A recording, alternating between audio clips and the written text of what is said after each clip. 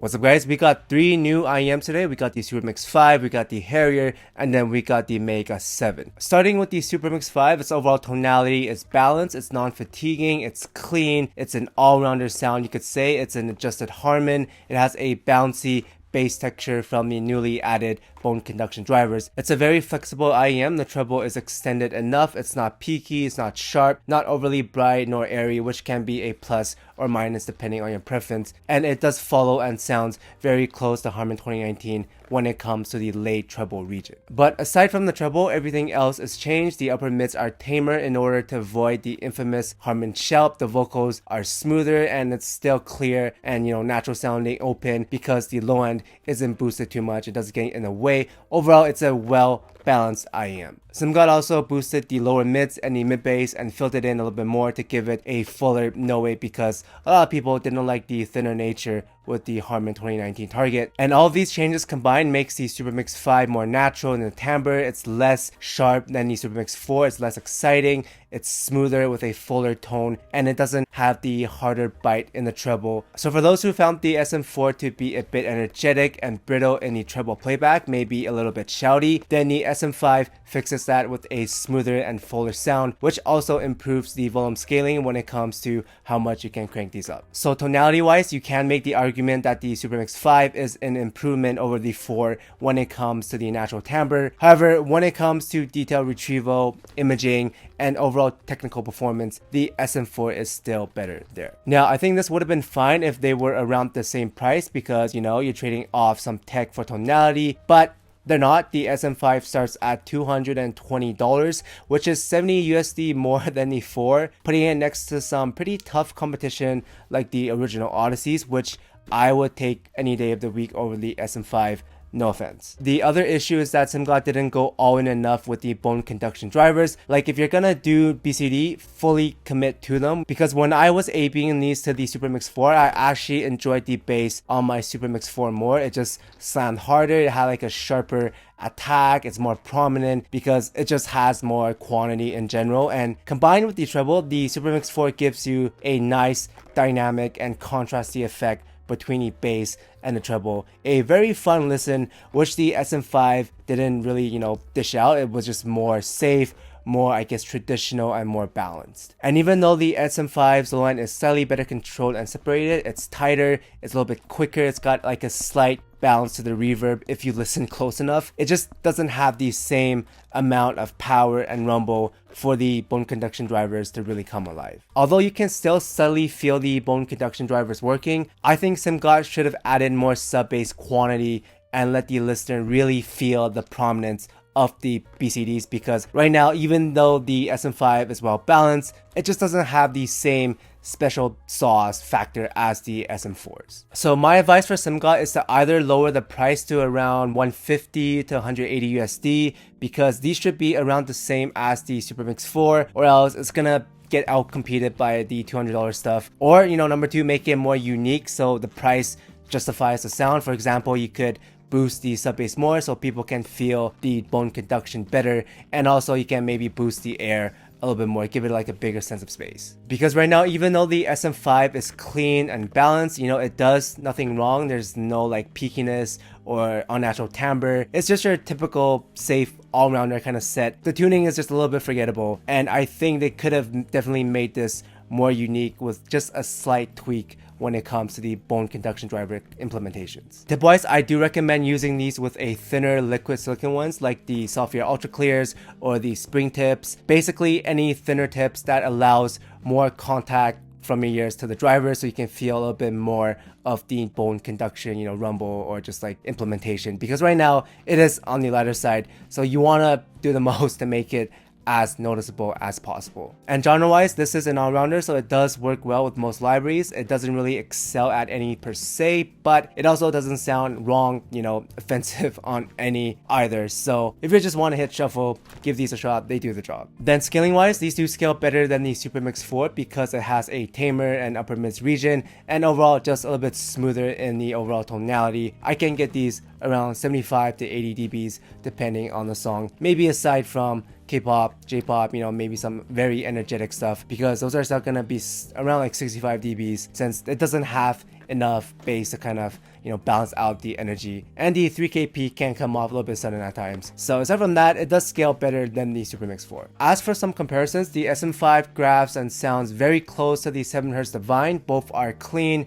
balanced, with the main difference being that the SM5 feels a little bit smoother and less lively than the Divine. Loan wise, the SM5 feels slightly bouncier, it's slightly tighter, you know, better controlled, quicker in the overall attack and decay, and you feel a little bit of that subtle bone conduction, I guess, like flavor. But in terms of like note way and slam, the Divine is actually like a little bit more impactful. Then when it comes to vocals, the SM5 also doesn't have the slight pop and transients like the Divine, and overall it feels a little bit safer, you know, it feels smoother, which is fine if it didn't cost $220 or $70 more than the Divine with around the same tuning and performance, but with a worse cable and case.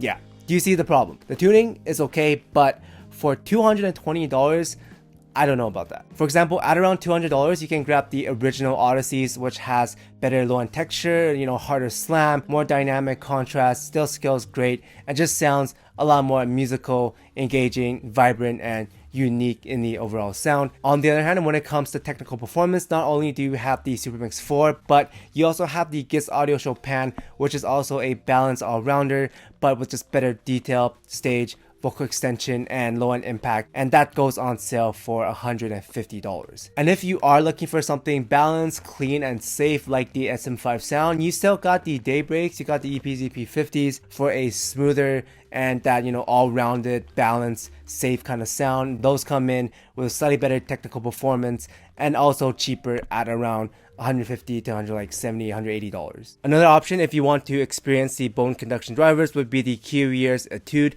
They have a bassier take on the sound and actually come off as a little bit more prominent than the SM5s, and also 2 times cheaper. But the most unfortunate thing is SimGod's own lineup with the SUPERMIX 4, the EAM6L, and the EA500LM all offer better performance to value ratio for cheaper, and it just makes the SM5 feel a little bit out of place, and I really think they should be around the same price as the SM4.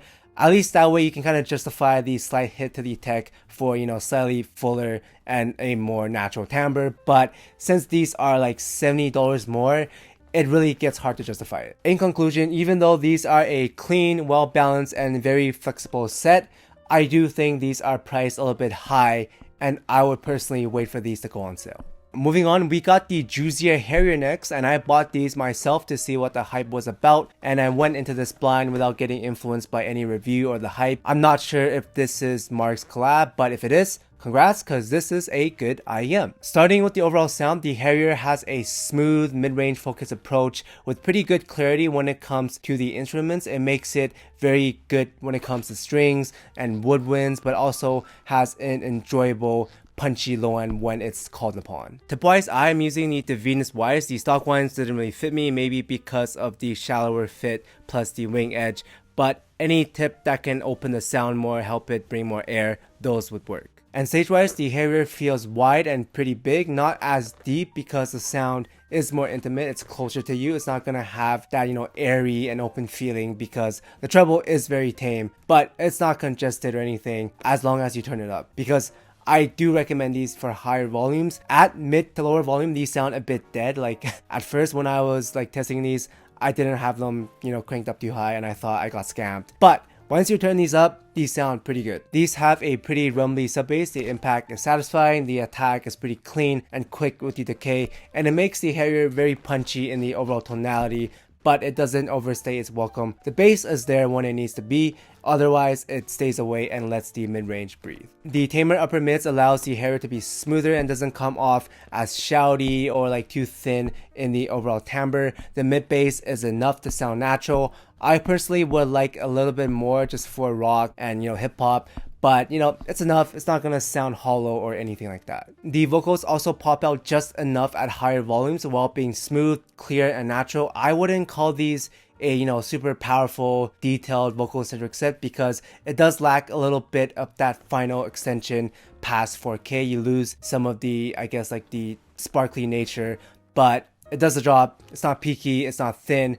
and overall it sounds natural and it sounds enjoyable. Then as for the treble, the Harrier is smooth and it has enough extension to not sound congested. It does lack the final details, the micro nuances, and that air and crispiness to the extension because there is a cut in the treble and it is tamer to allow it for better scaling. So that is the trade-off. It's not gonna bombard you with OCD imaging or very sparkly details, but it is smoother and it scales pretty good. As for some comparisons, the Harrier actually sounds very similar to the U9 Trip, but just a little less detail when it comes to the final extension in the treble, and not as full because the Harrier prioritizes the sub bass region a little bit more over the mid bass that is on the Trip. Aside from that, both scale pretty well. They are smooth, they have a wide stage, both are more mid-range focused, but the main issue is once again the pricing, because in terms of technical performance, at around $330, you can find a lot of IEMs that outperforms the Harrier when it comes to detail retrieval, resolution,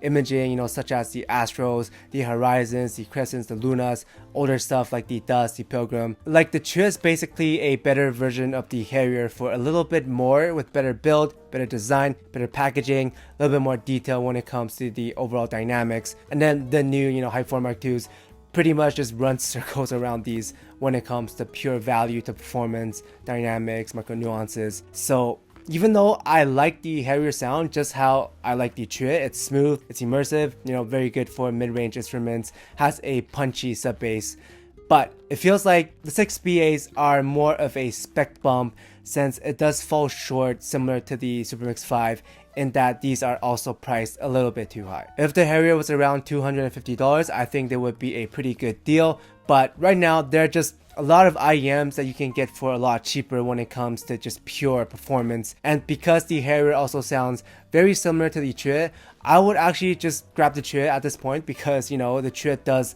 the same thing but with slightly better tech while looking and feeling more premium. Overall, I do like the sound on the Harriers. They are very good when it comes to mid-range instruments like the strings, acoustics, you got the woodwinds.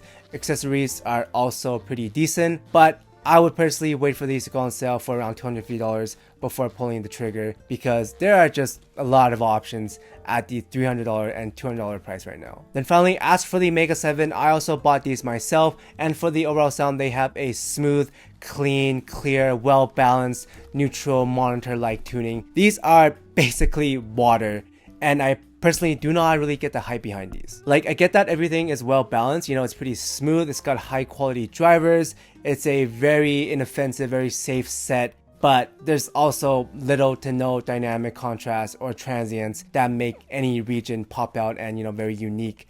Basically, this lacks musicality. For example, the bass, it's fine, it has enough fullness, it comes with a slight punch, it's not scoop, it doesn't get in the way. It's just very inoffensive and stays kind of in the background. Same with the vocals, they're fine, it's clean, it's clear, it's not congested, it's also smooth, it's also pretty balanced. And then the treble is also fine, it's smooth, it's extended, it has enough air, it's non-peaky, it's not very sharp, it's it sounds very natural. The whole IEM is fine, it's well balanced, it's smooth, there's nothing wrong with these. But it just feels a little bit boring, and they're charging $450 for this when you can get so many neutral balance set for a lot cheaper. For example, if you want a clean, smooth sound, pretty balanced, neutral with a slight vocal emphasis, you got the Orchestra 2 at $350. Has a better build, slightly, I guess it's arguable, but I like the looks better on the Orchestra 2, but it has more dynamics in the vocals, and it does the same thing for I guess like $100 less. Or you could just buy its older brother, the Mega 5 EST7. It costs a little bit more, but you get ESTs, also well balanced, but now you get a more dynamic sound. The bass texture is better, overall detail is better, and it doesn't sound like water unlike the Mega 7. Then if we go down to around $400, you have the Hi4 Mark IIs. It's more technical, way more dynamic and contrasty, and actually has a special sauce in the sound with the treble. And same with the Horizons at $300, all more technical with a similar like clean, balanced, clear playback, but just with more sauce in the treble, all more enjoyable in my personal opinion. And then you also have the Top Pros for $50 more. You have better vocal dynamics, more treble detail, has that sparkle to the sound that stops it from becoming completely water while still being clean and balanced. So essentially, the Top Pro is a more vibrant and musical version of the Mega 7. Or even better, you don't even have to spend $450. You don't even have to spend $300. You can literally just go grab the Daybreaks or the EPZ P50s for 3 times less, $150 with a slight hit to the details, but they basically do the same thing as a neutral, safe, all-rounder that is inoffensive and pretty smooth. Basically, what I'm trying to say is, even though the Mega 7 is well tuned and pretty smooth, it's inoffensive, you know, you can safely recommend this to most people and, you know, it's not gonna offend them, right? But you shouldn't be paying this much in the current market for this type of neutral balance tuning if it doesn't offer, you know, more detail than the competition or like a more unique take on this neutral balance sound. Unless you're looking for a very smooth, inoffensive, easy on the ears balance kind of listen, like if you found the Top Pros to be a little bit energetic in the treble, then I guess these would be for you. But personally, I do prefer the Top Pros and a lot of the other stuff better than this, and I would personally wait for these to go on sale for at least like $350. With that aside, I hope you guys enjoyed the review and the roundup. We are 3 for 3 today when it comes to mispricing, and overall not too enticing in my opinion, but let me know what your thoughts are on these, and I will see everyone in the T Pro SC review and some other stuff coming out as well. Thanks for watching, and I will see everyone in the next one.